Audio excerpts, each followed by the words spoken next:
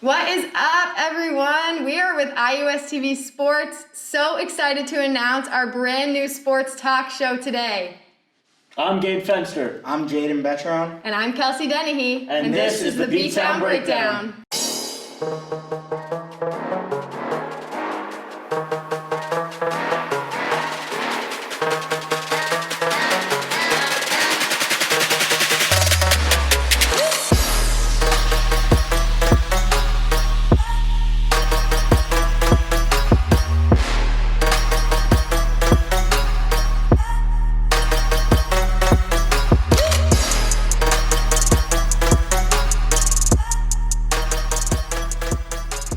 Welcome to the B-Town Breakdown. Each week you can find us here discussing the hottest topics in sports. Our first topic today is the MLB.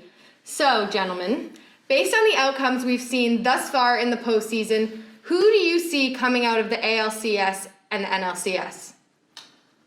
Well, it's a bit disappointing as a Yankee fan to even talk about the MLB at this point.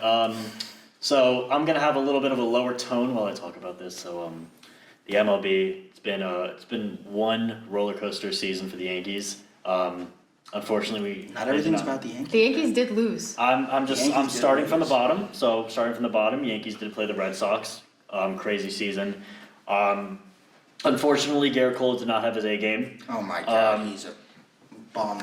And so, other than that, I didn't even see that as a wild card game because Cardinals Dodgers that was postseason baseball for you. Like that was a game. I was on the tips like the end of my couch, just like that was just a crazy game. Yeah, when Chris Taylor hit that walk off, that was pretty special. That was pretty special. Okay, so do you see... Yes. Okay. Anyways, ALCS. So I see. Honestly, the Red Sox are hot. The Sox are hot. I hate to say it, but they are hot.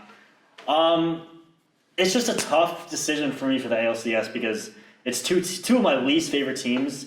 You got the Astros. I don't have to even just explain what's going on with them. And then you got the Red Sox, and also don't have to explain what's going on with them.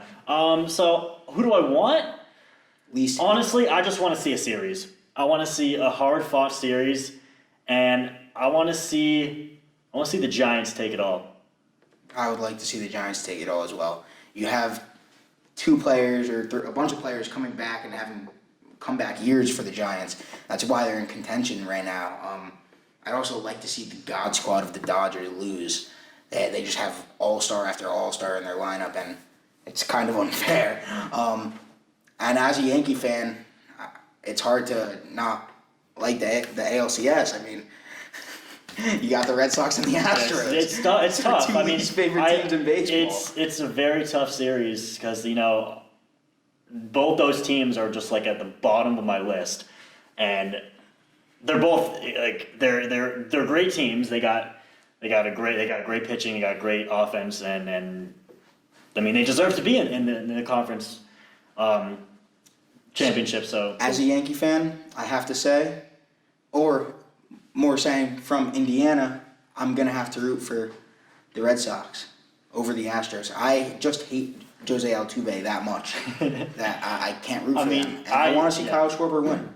I want to see Kyle Schwarber from Indiana win. Love that dirty water, baby. I can't say I love Jose Altuve, but I do not like anyone on the Red Sox. But like Kyle Schwarber, I do have respect for him. He's a late income for the Red Sox, so I don't have too much hatred towards him just yet, even though he hit a bomb against Garrett Cole, but it's okay. But yeah, I just want to see a series in the ALCS, but I want to see the Giants win it all. Okay, so if you could pick one player that is looking hot in this postseason, who would you pick? Kike. Well, Kike, yeah, Kike, that's a given. He's the hottest player I've ever seen. I'm pretty sure he's like 6 for 6 in his last 6 at bats. Yeah, That's pretty rare. I want to talk about last night. I was watching this Red Sox-Rays game. Props to the Red Sox for taking that series. I don't know why they didn't intentionally walk Kike Hernandez to force a double play. It's not like Rafael Devers was on deck. It's not like you're going to win that way, but at least there's a chance. Kike Hernandez, like we just said, is hot. Like you're just playing with fire at that point. So I don't know why I didn't intentionally walk, but you know what? One day I'll assistant manager and I'll turn the franchise around. I will. Okay. All right. With that, we're going to move on to the next question. Alrighty, so our next question has to do with boxing. Who were you expecting to take the Fury-Wilder match, and were you surprised by the outcome? Okay, to start off, I was extremely surprised by the outcome.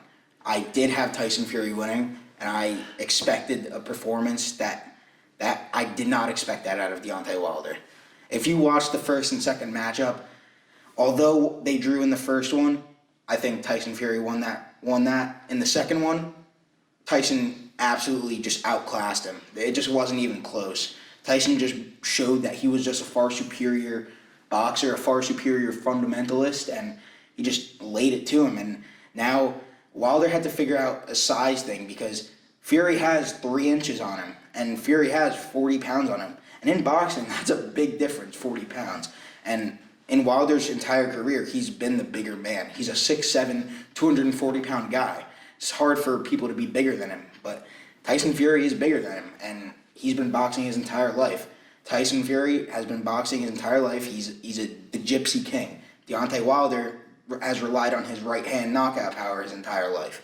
So he just got outclassed, and for this last fight, it was just to see 5 knockdowns in a heavyweight bout. It was just an instant classic, and I really thought Tyson was going to put him away and going into the 4th round, and Wilder knocked him down twice. Yeah, Wilder showed so much heart. I had a lot of fun watching this match. I mean, it was actual professionals boxing, other than seeing no YouTubers boxing MMA fighters or wrestlers or any of that. So that was definitely a change, and it brought me back to reality. But it was a lot of fun. I mean, Tyson Fury's he's a freak. I mean, if you look at the man, he doesn't look like a. You'll never like this man. There's no way. There's no way this guy. And you see Deontay Wilder. I will say I didn't love Tyson's approach in this fight. You saw his style change halfway through, and the later rounds, around the 8th to 9th round, he started off really going after a power puncher, and he isn't known as a power puncher. In the second fight, you saw him absolutely dominate Wilder because he pushed the pace and brought the fight to Wilder and showed him his skill. And Wilder is a horrible fighter going backwards. And for some reason, Tyson didn't do that. He just tried to outpower a power puncher. And Wilder has the hardest punch in the game. I mean, and to outpower a power puncher just doesn't work. And he tried to outclinch him. And whenever Tyson had him shook, he grabbed him in the clinch, which I don't really understand why he did that. But you saw the style change. And in his corner, you heard his coach say, jab him. Jab him. You have the best jab in the game. Yeah, I heard that. And he brought it out and started to push the pace and threw flurries, which he wasn't doing. And the flurries was what killed Wilder. And I like to see those changes in fighters and making adjustments mid-fight. That's what separates the good from the great. So earlier you mentioned Fury's weight and height and how much of a difference he makes on Wilder. Do you think that if he wasn't so much taller and so much heavier, that the outcome could have been different?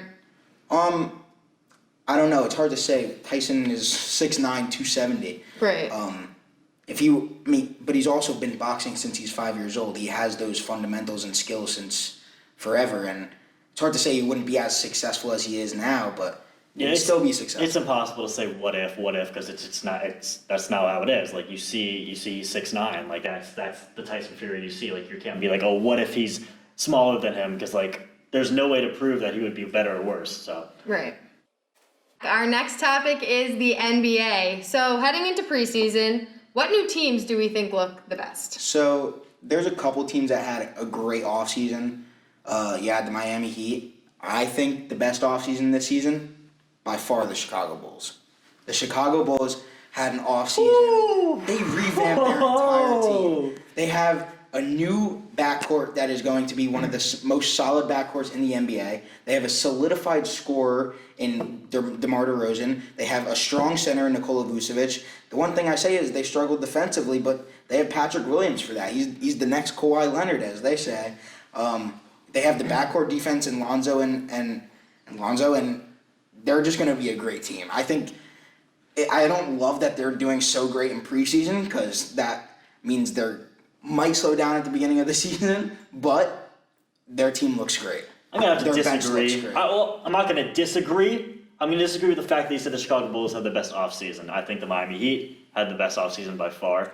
Because, yes, the Chicago Bulls added better players, but they added another pure scorer. They already have Zach LaVine. How are you going to have two pure scorers on the team? Like the Lakers added Kevin another Durant and playmaker. Steph Curry, pure scorers on a championship team. Anthony Davis and LeBron James. Like Steph Curry and those are two totally different positions. You got Kevin Durant, who's I don't even know how tall he is. He's labeled a 6'9", he's probably 7 foot. He can play the power forward. He can play the center. You're not going to put Curry. Curry's making the plays. Curry makes the plays. He sets up Kevin Durant for scoring. We got DeMar DeRozan and Zach LaVine, who are both shooting guard small forwards. Zach LaVine's a shooting guard. Then what's DeMar DeRozan? DeMar DeRozan is a shooting guard small forward. Solidified. Exactly. Ever since he went from Toronto to the Spurs, he was a solidified small forward. You put them both at the 2. No. I want to move over. One at the 2 and one at the 3. Let me move over to the Miami Heat. All right, we already had Jimmy Butler. All right, he made the plays for the team, made the team around him better. He's a shooting guard small forward. What position is he? Jimmy Butler? Yeah. Small forward. Okay. Same thing. And we added Kyle Lowry. What's Kyle Lowry? A point guard. Okay, thank you. So what's your point? Who's the pure scorer? The pure scorer? We don't have a pure scorer. We have a bunch of scorers who can make. We got Duncan Robinson, who's obviously a pure scorer. We got Tyler Hero, who's, other than turning over the ball a lot, he can score. He can make plays. But we have a very balanced team. Miami has a very balanced team. Chicago Bulls, who's going to make the plays? Lonzo Ball on New Orleans. Lonzo Ball is the playmaker. Lonzo Ball just changed to being a scorer last season. He worked on his 3-point. Now he's backing it up. He's not a scorer. Now he's backing it up, trying to be a playmaker again. He's been a playmaker his entire life. He added a 3-point shot. That doesn't mean he's a pure scorer. I didn't say he was a pure scorer. I said he was moving into being a scorer, and now he's moving backwards. He is now a great 3-point shooter, which means he is a great addition to that team. When Zach LaVine now has the threat of a kick-out option, and DeMar DeRozan now have the addition of kick-out options, Nikola Vucevic can shoot from 3. But Zach LaVine's not going to go to the kick-out. He's playing through the star. They're playing through the star. They're going to play through Zach LaVine. They have 2 stars. Exactly. And 2 stars. 2 pure scorers. You can't win with 2 pure scorers. You're wrong. You cannot win with 2 pure scorers. I'm telling you, you're wrong. I'm not wrong. All right. There is no way you can win with 2 pure scorers. You have a playmaker, Kyle Lowry, Jimmy Butler, defensive player, and then you have Duncan Robinson. Zach LaVine is a playmaker. Zach LaVine makes plays. Zach LaVine's a pure scorer. If he was a playmaker, he'd be the best player in the NBA. I'm sorry. What? That 100%. He was. You're saying he'd be a pure scorer. A scorer. 27-point per game scorer. Now with 27 point per game. Now and a with the playmaker. additions he has around him, his scoring option. Why isn't he an MVP candidate if he's a playmaker and a 27 point per game? His points scorer? per game is definitely going to drop a bit, but that means his assists are going up per game. I would love to see his assists go up per game. He's a pure scorer. see it. That's how he's been playing his whole career. He's not going to pass the ball to DeMar DeRozan. They seem like an Move offensive on. firepower team. Go over to now. the Lakers. You think that Russell Westbrook and LeBron are going to work out? No. Exactly. It's the same thing with Chicago. But All Russell right, Westbrook all right. isn't a pure scorer. We're going to keep tabs not- on this conversation as we enter the regular season. But right now, we do have to toss the conversation over to our Are You Even a Fan reporter, Zach Greene, who took it to the streets to interview who are our true Hoosier fans. So, with that being said, let's go find out. Are you even a fan? What's up, Hoosiers fans? My name's Zach Greene, reporting live from just near the Sample Gates. And today we're going to be going around campus asking students and faculty and fans, are you even a fan? I'm here with Luke Drew, Andrew Armstead, Kenzie, Graham. Madeline. I'm Kyle. How you guys feeling about this week? I definitely feel like I want a top 10 win, you know what I'm saying, from Yeah. Indiana. Our expectations were very high coming into the season. I don't think we lived up to them, but I don't think it's over just yet. Don't count us out. Well, if you look at our losses, we play really good teams, and if you look at their wins, they haven't played really any good teams. So I'd say it could be anyone's game. I think it could be a lot tighter, and I don't really believe we're the 10th best team, but knowing us, we'll probably make it close and find a way to lose. I don't know. I hope IU pulls through. I hope we get a big win. I think it'd be a lot good morale for the football team. So Penix, via his Twitter, said that he's going to try to play, not this week, because Tuttle's obviously starting, but the next week. How are you feeling about that? His shoulder looks pretty much done. I don't know. We got Ohio State coming in the following week after this week. How are you feeling about that? Yeah, I didn't know about that, so this is breaking news, and this is breaking news, guys. Breaking news. Quick thought for me. Penix has been, quite frankly, a little injury prone, as we've seen throughout his 4 years. And Ohio State is definitely going to be a tough physical team, and they're always one of the best teams in the country. So, I think we'd love to see him play. I think a lot of people would, but coming back to Ohio State would definitely be a difficult challenge. I think he just needs to take a little extra time off either way. Yeah, I feel that. Get back in his bag. We know he's got. We know he's got it. So just get back in his bag. A little time to rejuvenate. Yeah. It's Tuttle time. It's Tuttle time. We've seen enough. Time, baby. I love Mike. Mike's a good quarterback. I think he should just get healthy at this point. And Jack Tuttle's a good guy. I think we should give him a chance. He's earned it at this point. They're gonna maybe breathalyze people. Not when they go into the stadium, just like randomly in the student section. So it actually had against Purdue a couple years back. We were not nice to them as well. Our old athletic director did the same thing, and he actually sent out an email to students saying don't do that. Okay. So how are you feeling about that? I know I'm in a bunch of group chats where my buddies are like, what the hell? I would say that they shouldn't do that. Obviously, I mean, we're not in high school. We're in college. People say what they want to say. I don't really think it's a big deal. It's a free country. I mean, well, yeah, obviously, but I don't know. I mean, we're all old enough. We can say what we want. I don't really think it's a big deal. Yeah. I don't know. I don't think they should breathalyze people either, because I mean, some people are 21, so who cares? I mean, there are younger people who are obviously drinking, but we're all just having a fun time. I don't think it's really harming anyone. Score prediction and who wins on Saturday.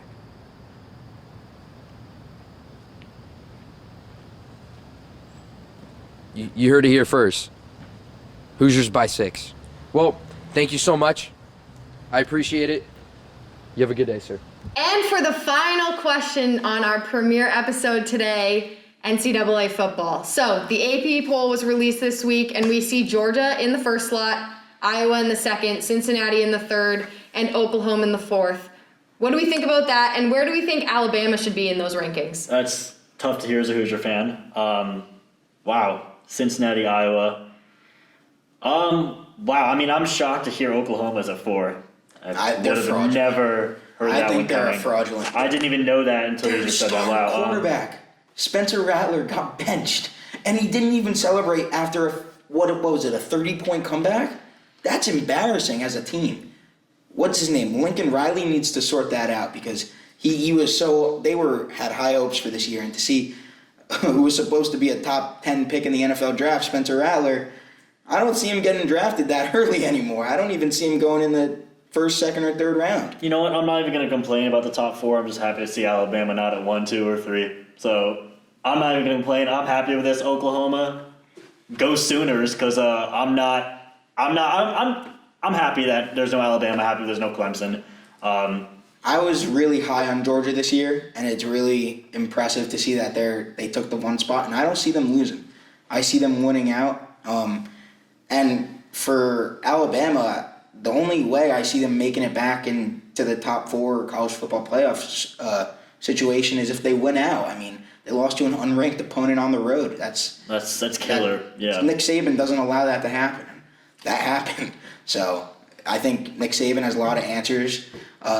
A lot of questions that need to be answered. I think Oklahoma is at 4 is a stop. I really don't think they belong there.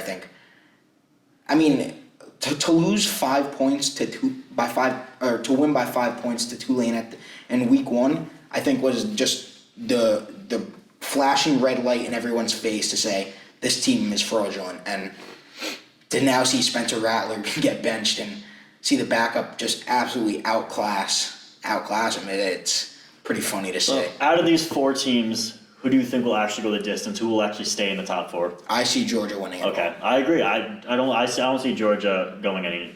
I'm surprised by Iowa though. I'm not surprised by Iowa. We've seen Iowa kick it from the beginning. Yeah, I mean, they were playing the Hoosiers. Let's be real, but They look good. They do look good. Week 1 against IU, I really thought we had a fluke week, and I didn't think Iowa was legit, and they're legit. They just beat Penn State, who showed IU a whooping. So. Yeah, and Iowa, they dominated us. Cincinnati, that was a close game. I don't think they really deserve to be in the top 4. At least right behind Iowa.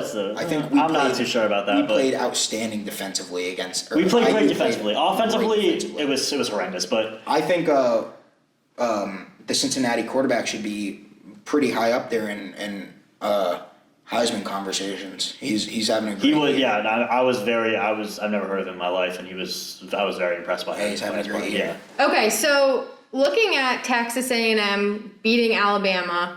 They're unranked. Alabama was number 1. What are you thinking for predictions with IU MSU this weekend? I think there's something in the air. I think there's upsets. Upsets are coming. Upsets are going. I mean, Texas A&M, Alabama. I'm storming Memorial. I mean, it's gonna happen. We're taking it. Do you think Jack Tuttle is in a better mindset than he was last week? Because I think last week was a little chaotic. Granted, he was thrown into the game. I mean, he almost outpassed Michael Penix in a quarter. It's hard to just be thrown out there and play at your top. I mean, Jack Tuttle, he was a 4-star recruit out of high school. Mike Penix was he, a 3-star? So I'm not even sure. Yeah, so, I mean... I think his rotation on the ball helps the receivers. He's a righty, obviously. His rotation is different than Michael Penix. I think Michael Penix has just been dealt really bad bad hands every single year he plays. He's been hurt almost every year, and I don't think he was 100% going into this year. And I think his mind was wrong. I don't think he was in a safe space. He was ranked as the best quarterback in the Big Ten, and my God, he's just not that. Yeah, I think, Penix he runs the ball a lot. And he couldn't do that last year. He ran the ball a lot, and ever since he injured himself, it's just like a permanent scar in his head. He's afraid to get hit. And I mean, do I blame him? Not really, but like I'm glad at the end, like you gotta say something. If you're afraid, you gotta speak up. I mean, because Jack Tuttle, he's gonna go in. See, I disagree. I don't think it's the quarterback's position to say I'm scared. I think he should be a team player. Tom Allen as the coach, and to be the coach he is, needs to recognize. No, I agree, and he should have taken him out before he injured himself again. But I personally think that if we have a tough schedule, man. I think if we want to have at least any chance at a bowl game, which I think is almost off the table. It's not going to happen. I mean, I think the best record got we the can Outback get is Bowl 6 last and year. 6. Outback, and we were the 12th seed. So if we can get to 6 and 6, we would need to win either this game against MSU. I see us going 5 and 7. We're still playing Ohio State. We play Ohio State, Michigan, Michigan State, Rutgers, Maryland. I see us dropping a game to either Rutgers or Maryland. So I'd be mind blown if we made it over 500 or even. I think our best record we're going to get is 6 and 6. But I'm hoping for an upset. I see them beating Michigan State, but I don't see us cracking over a 500 record. So then you see us losing to either Maryland or Rutgers if we beat Michigan State. I think we could beat Rutgers, but Maryland's tough. Even though Maryland just blew that game against Ohio State. Ohio State, yeah. I mean, I was looking at the score and I was like, this is childish. But yeah, we're hoping for a win, but we'll see. Well, that wraps it up, folks, for the first episode of the B-Town Breakdown. We want to thank you so much for tuning in, and make sure you follow us at IUSTV Sports on Instagram and Twitter. I'm Jayden Betron. I'm Gabe Fenster. And I'm Kelsey Dennehy, and we'll see you next week.